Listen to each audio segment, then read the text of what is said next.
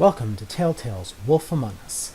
For those who aren't familiar with TellTale, they're the people who make QuickTime-based games on DC comic franchises. For those who aren't familiar with Fables, you poor people. Fables is a Vertigo comic that ran from 2002 to 2015, where all the fairy tale characters are in New York City. The backstory is complicated, but basically all the characters from our stories exist in other dimensions. A few hundred years ago, Geppetto's evil empire conquered most worlds, and many of the more prominent fables fled to our world and settled outside New Amsterdam in a little place called Fabletown.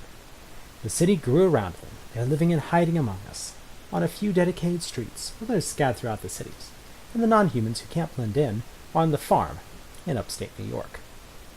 Our hero and titular character is Sheriff Bigby Wolf, the big bad wolf of Red Riding Hood and the Three Little Pigs. The gameplay is exactly what you expect if you played Walking Dead.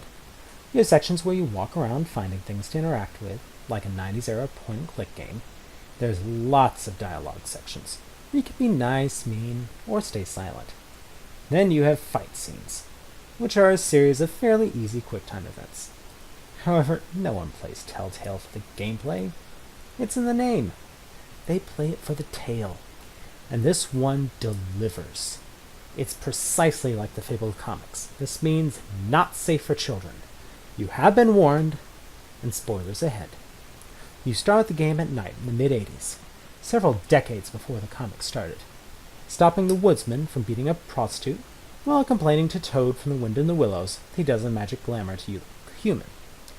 You have a few choices, all of which lead to your first fight against Woody, followed by an interaction with the prostitute. You then go home, see Beauty sneaking out of the apartments at night, and meet with Colin of the Three Pigs, who is crashing in your apartment. In each of these interactions, you have choices. Some are clear, like being nice or mean to Colin. Others are subtle, like when you can either tell Beast that you saw Beauty sneaking out, or stay quiet like she asked. Then the plot starts as Snow White comes to get you. It shows you the severed head of the prostitute you saw earlier on the front steps of the apartment. You investigate the area, then go back inside with Snow and try and identify the victim. Now, one nice thing about Fables, it does not handhold you on your myths. Characters are introduced without backstory or explanation, and you have to figure it out. The biggest example is they never said the phrase Little Block Sambo, despite Sam being a major reoccurring character in the Jack of Fables series. The game does this as well.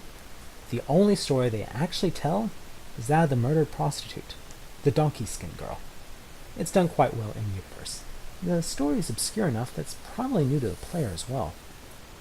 More plot ensues as you go to investigate, finding Faith's husband, who, depending on your choices, either tried or succeeded at committing suicide.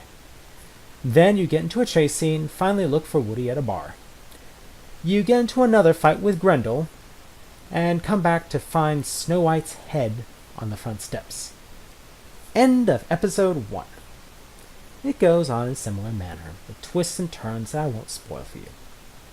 The best thing about the game is that it could not be told in any other setting. It wasn't Snow White's head on those steps, but another prostitute glamored to look like her.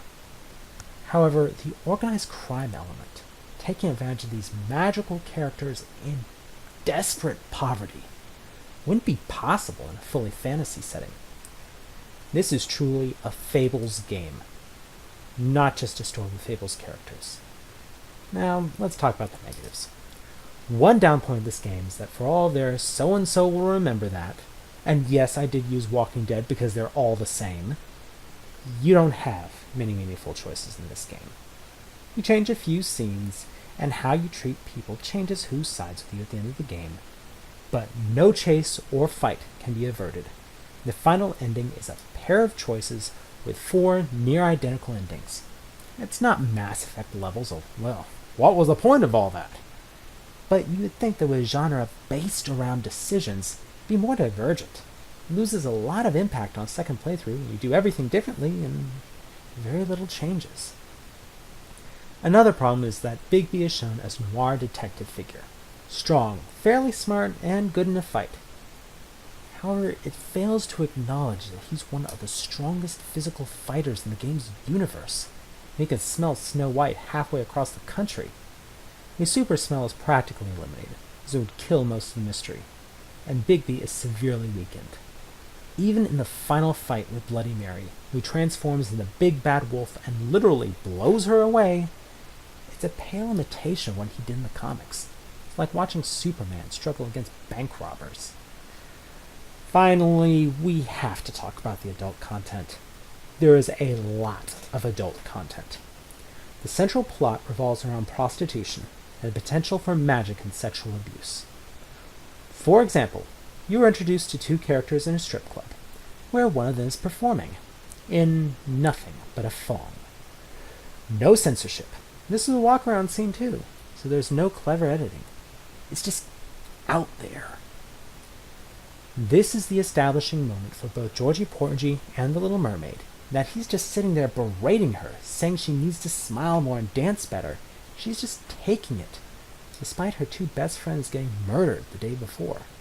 Now, unlike every other strip club scene I can think of, this isn't played for laughs or titillation, and it's integral to the plot too. You don't see that. Typically it's South Park or Duke Nukem using a location for laughs, or it's a generic bad guy place, or an excuse to get Selena's cat suit unzipped.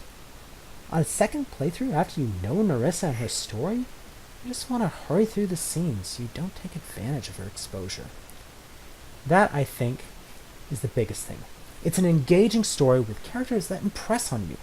And it's quite faithful to the original as well. This game is not as well known as it should be, because that strip club scene ups the ratings so much. You can't play the game, get the comic series. Get to the library, go to Dewey Decimal 741, get yourself some Fables comics. Then get waiting, because they recently announced Season 2. And hopefully we'll get to punch Jack Horner in the face this time. Thanks for listening. I'll see y'all next time.